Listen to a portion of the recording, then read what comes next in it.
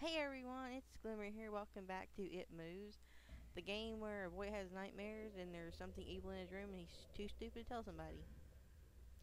Okay, that's kind of harsh, but this is Chapter 6, Terror of the Deep, and without further interruptions, let's get started.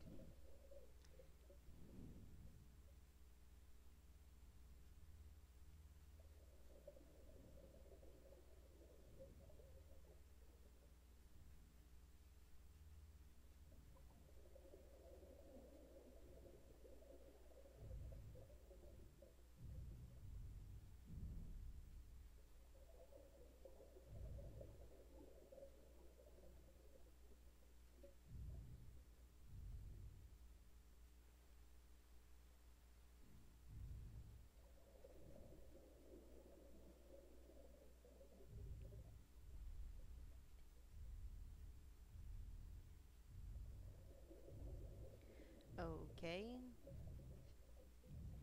really hard to navigate.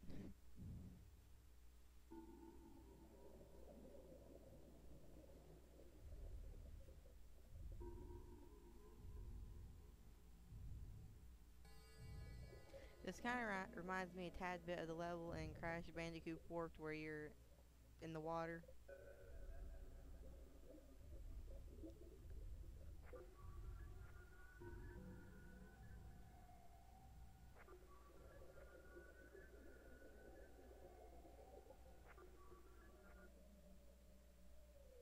Is that a dead body? Wait a minute, that looks like his dad.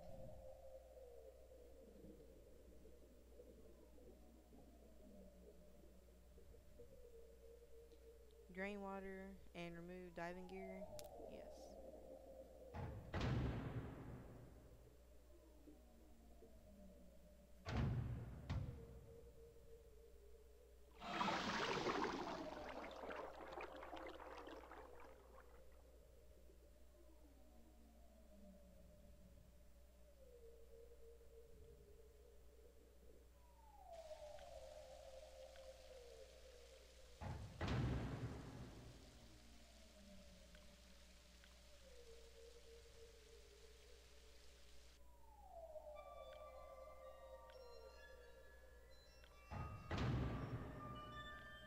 That is his dad. That's odd.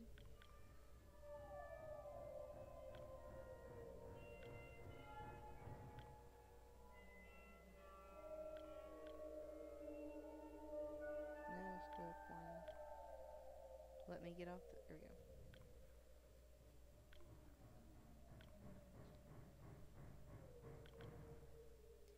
Read logbook. Yep. Okay. A little hard for me to read. Theodore Fielding, September 2nd, 2007. One of my biggest fears is deep water. Ironic when you consider the fact that I am now working on a. I can't even see what that says. It's really weird. A mining station, thousands of feet underwater in the Marion Trench.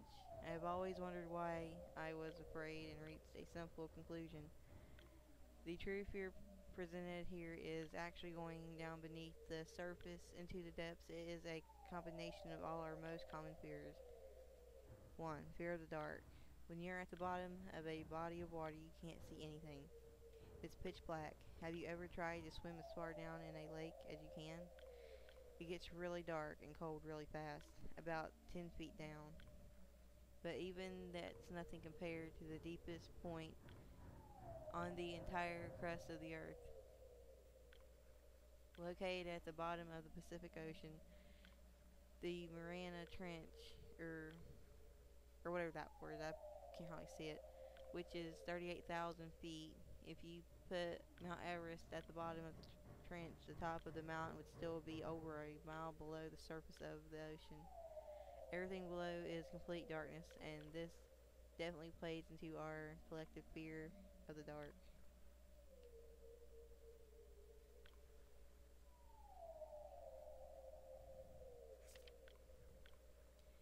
2. fear of suffocating. Have you ever gotten to the point where you swam down too far in the swimming pool and you seriously considered the fact that you might not make it back to the top before you ran out of breath? If you've ever been roughhousing as a kid with blankets and pillows and you accidentally got pinned down inside of a sleeping bag or something and you get to that point where laughter temporarily turns into screaming, you know what a scary concept not being able to breathe is. Even if you have scuba gear with you down in the deep dark abyss, there's a chance the valve could pop or you could run out of oxygen. You can't see and you can't really take a deep breath. Could it get worse? Yes. 3. Fear of the unknown. There are over 1 million species of creatures in the ocean, and scientists estimate there are an additional 9 million species yet to be discovered. That means we only even know what 11% of the creatures in the ocean are. Most of the beings in the ocean are things mankind never ever seen or heard of. Who knows what could be down there? Thinking about a time when you were walking in a dimly lit basement trying to find something, all of a sudden something brushes up against the back of your neck.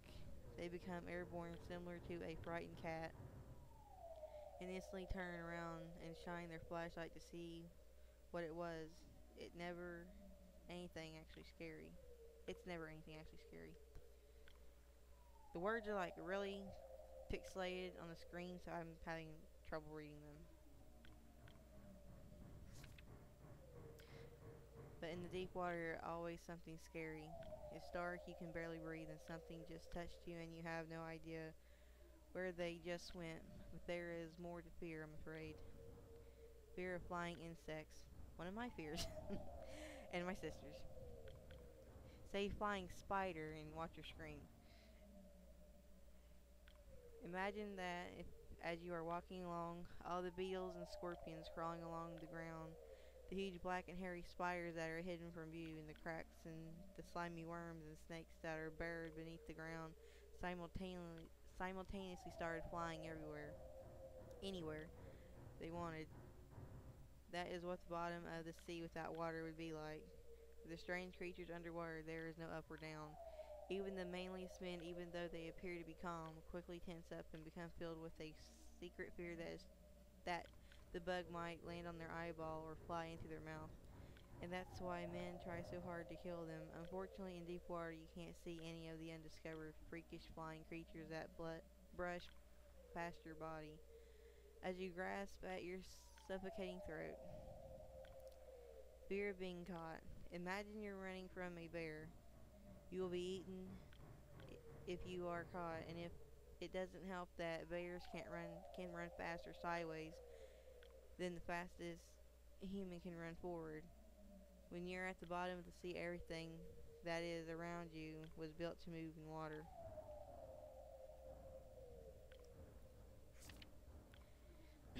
It's something truly frightening, like a shark or a giant squid caught sight of you, and you could turn the other way and flail all about all you want, but the monster will catch up with you in a split second if you can't get away from anything. Even if you had the hang on, even if you had the wherewithal to see and breathe, you couldn't run from danger. It would simply find you and devour you. There are lots of places that I wouldn't want to be, such as trapped in a burning house or alone in a vacuum of space, but in the burning house at least I can see, and in space at least there aren't any creatures that could get me. There are no other places in the universe that combine as many common fears. As 7 miles below the surface of the Pacific Ocean, it's because of the combination of all of these fears that I'm so so horrified by deep water. That was a mouthful.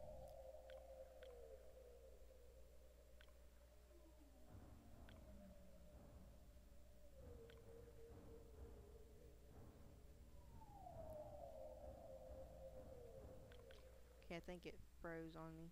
There we go. No wonder I was hitting the wrong button.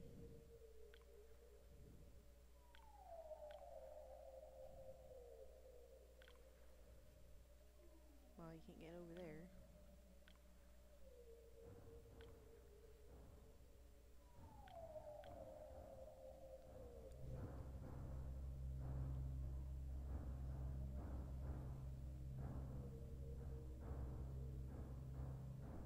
Ooh, a lamprey.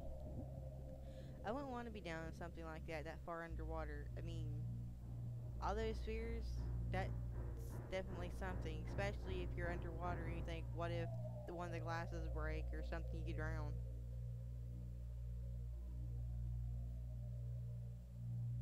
Okay, there's his dad. Is he in the water? Well, if he's in the water, how is he breathing without no scuba gear? Oh, duh, it's a dream.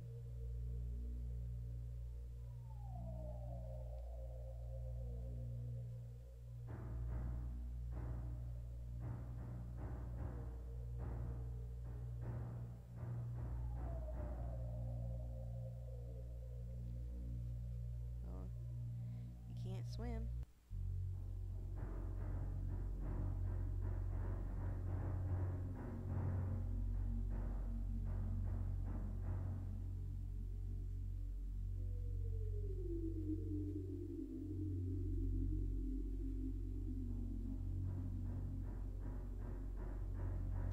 Well, this is taking forever. Oh, hell.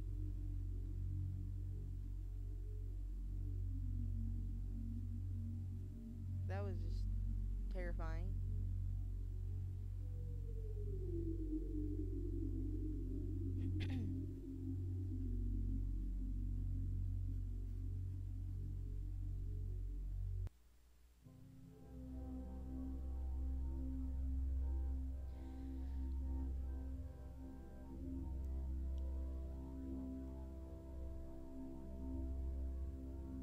What if it was asleep? It hadn't so much as breathed since I had woken up. Perhaps it was resting, believing that it had finally got me. That I was finally in its grasp. Or perhaps it was toying with me. After all, it had been doing just that for countless nights. And now with me under it, pinned against my mattress, with no mother to protect me, maybe it was holding on, savoring its victory to the last possible moment like a wild animal savoring its prey. I tried to breathe as shallowly as possible, and I mustered every ounce of courage I could. I reached over slowly with my right hand and began to peel the blanket off me. What I found under those covers almost stopped my heart. I did not see it, but as my hand moved to the blanket, it brushed against something. Something smooth and cold. Something which felt unmistakably like a giant hand. A gaunt hand, sorry. I held my breath in terror, as I was sure it must now have known that I was awake. Nothing. It did not stir. It felt dead. After a few moments, I placed my hand carefully further down the blanket and felt a thin, poorly formed forearm. My confidence almost twisted sense of curiosity grew as I moved down further to a dispor. Okay, I'm not going to try to pronounce that long word. Whatever, larger bicep muscle. Disproportionately larger bicep muscle. Alright. The arm was outstretched, lying across my chest, with the hand resting on my left shoulder as if it had grabbed me in my sleep. I realized that I would have to move this cadaverous appendage if I even so much as hoped to escape its grasp. For some reason, the feeling of torn, ragged clothing on the shoulder of this nighttime invader stopped me in my tracks. Fear once again swelled in my stomach and in my chest as I recoiled my hand in disgust at the touch of draggled, oily hair. I could not bring myself to touch its face, although I wondered to this very day what it would have felt like. Dear God, it moved.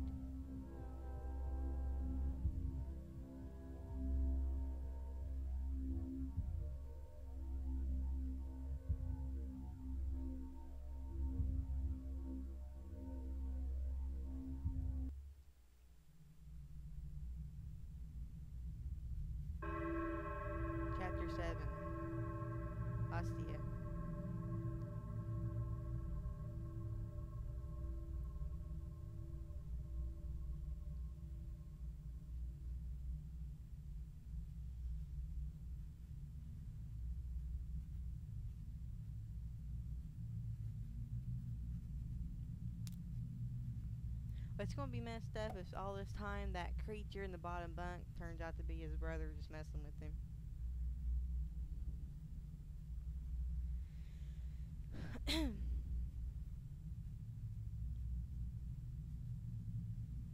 Oh, that's me in the corner. He's very small. I could barely see him.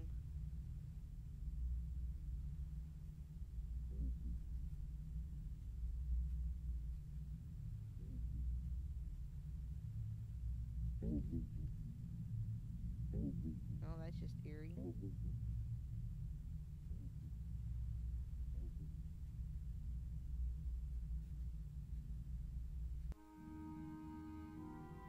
Ew. Just disgusting. Oh, so I have to go that way. Let's see what's further down first. Just to be on the safe side. Oh, nothing.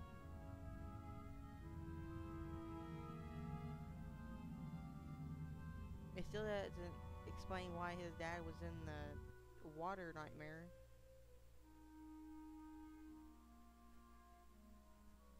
Ew. It looks like I'm in something's stomach or something. Well, there's a door. Let's see what's in the door.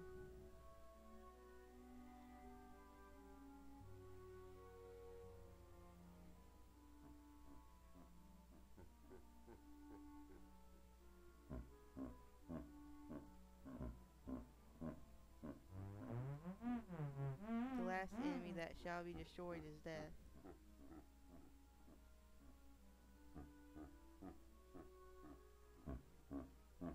Well.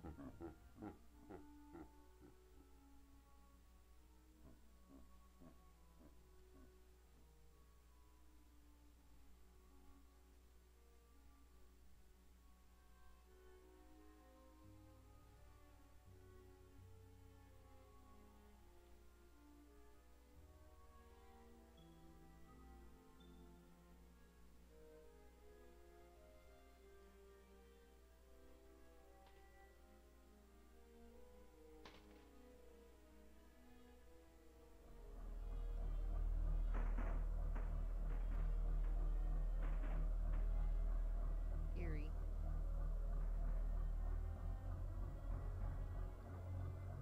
Well, they don't talk to you or nothing, I guess.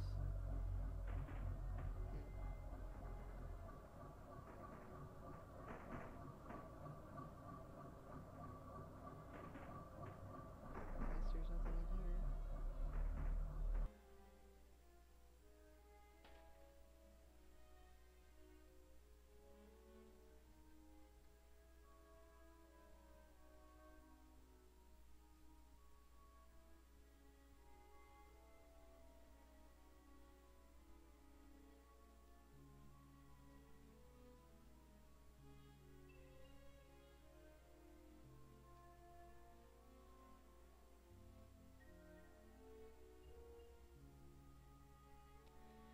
There's up,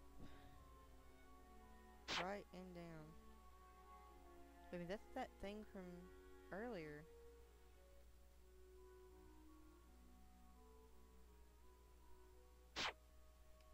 Well, guess I'm supposed to go right.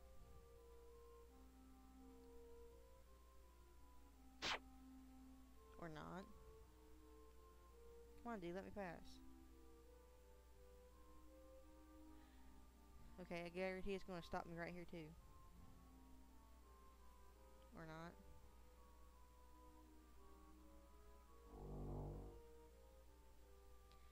At a crossroads in life, what does one do?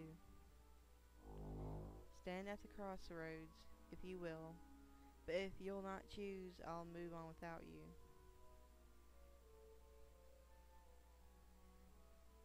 What? Okay, maybe. And having once chosen, never to seek to return to the crossroads of that decision. For even if one chooses wrongly, the choice cannot be unmade.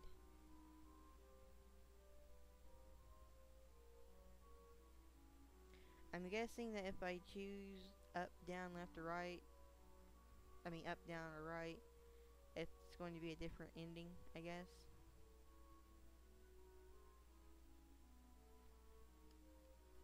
Okay, I decided to go that way. Are you want me to go pass?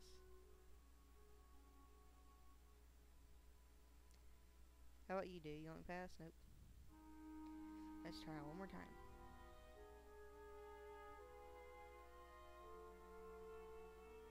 Nope.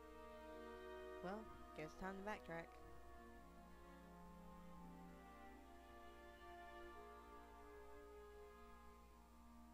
Did they say anything else? Nope. Let's check this one.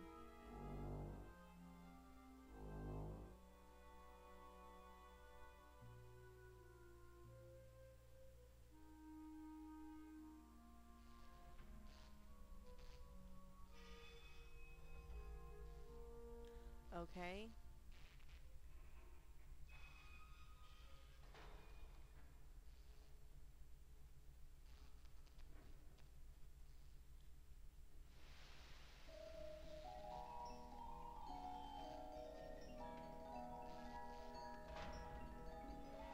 I guess whatever that is isn't going to talk to me either.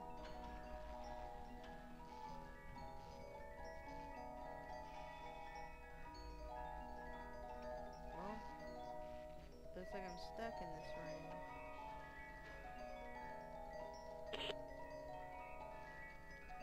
Okay, what was that? Flash too quick before I could see it.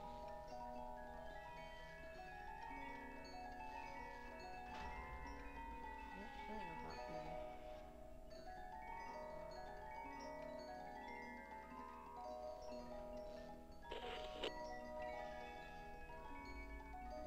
Nope, they ain't gonna leave either.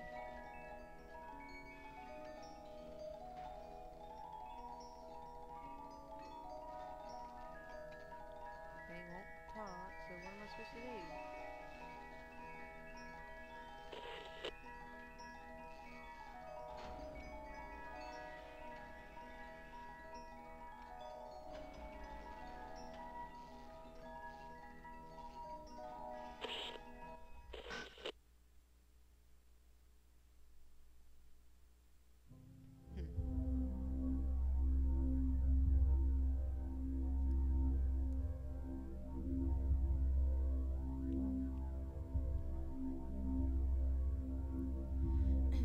It moved. It was subtle, but it gripped on my shoulder and across my body. Strengthened. There we go. No tears came, but God, how I wanted to cry. As its hand and arm slowly coiled around me, my left leg brushed along the cool wall, which the bed lay against. All that happened to me in that room, this was the strangest.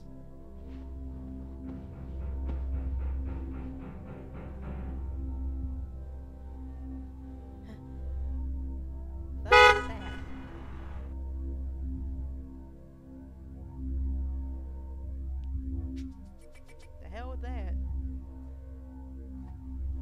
I realized that this clutching, rancid thing which drew great delight from violating a young boy's bed was not entirely on top of me. It was sticking out from the wall, like a spider striking from its lair. Suddenly, its grip moved from a slow tightening to a sudden squeeze. It pulled and clawed at my clothes as if frightened that the opportunity would soon pass. I fought against it, but its emaciated arm was too strong for me. Its head rose up, writhing and contorting under the bed, under the blanket. Now I realized where it was taking me, into the wall. I fought for my dear life. I cried, and suddenly my voice returned to me. Yelling, screaming, but no one came. Then I realized why it was so eager to suddenly strike. Why this thing had to have me now. Through my window, that window which seemed to represent so much malice from outside, streaked hope, first rays of sunshine. I struggled further, knowing that if I could just hold on, it would soon be gone. I fought for my life. The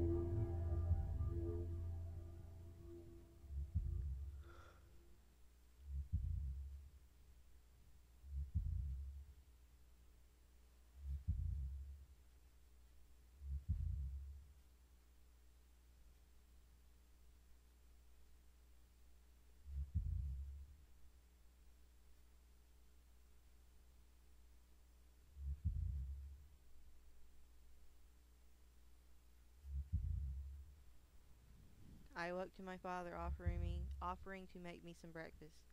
A wonderful sight indeed. I had survived the most horrible experience of my life until then, and now. I moved the bed away from the wall, leaving behind the furniture I believed would stop that thing from taking a bed. Little did I think that it would try to take mine and me. Weeks passed without incident, yet on one cold, frostbitten night I awoke to the sound of the furniture where the bunk bed used to be vibrating violently. I lay there, sure I could hear a distant wheezing coming from the wall, from deep within the wall, finally fading into the distance. The following year I was given a large room at the other side of the house, and my parents took that room as their bedroom. They said they didn't need a large room, just one big enough for a bed and a few things. They lasted 10 days. We moved on the 11th.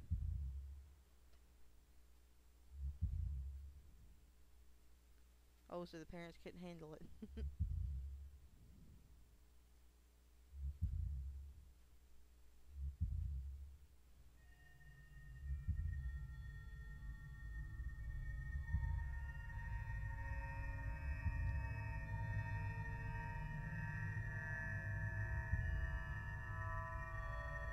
Huh.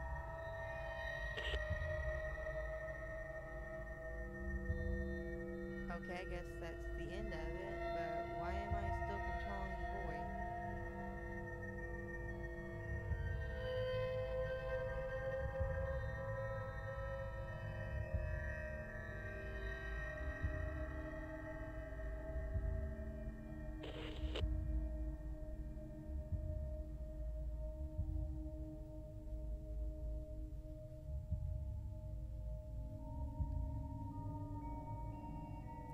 I think we should wait till the credits pass and see if I can find anything in the dark, wandering abyss here. Based on the story Bedtime by Michael Whitehouse.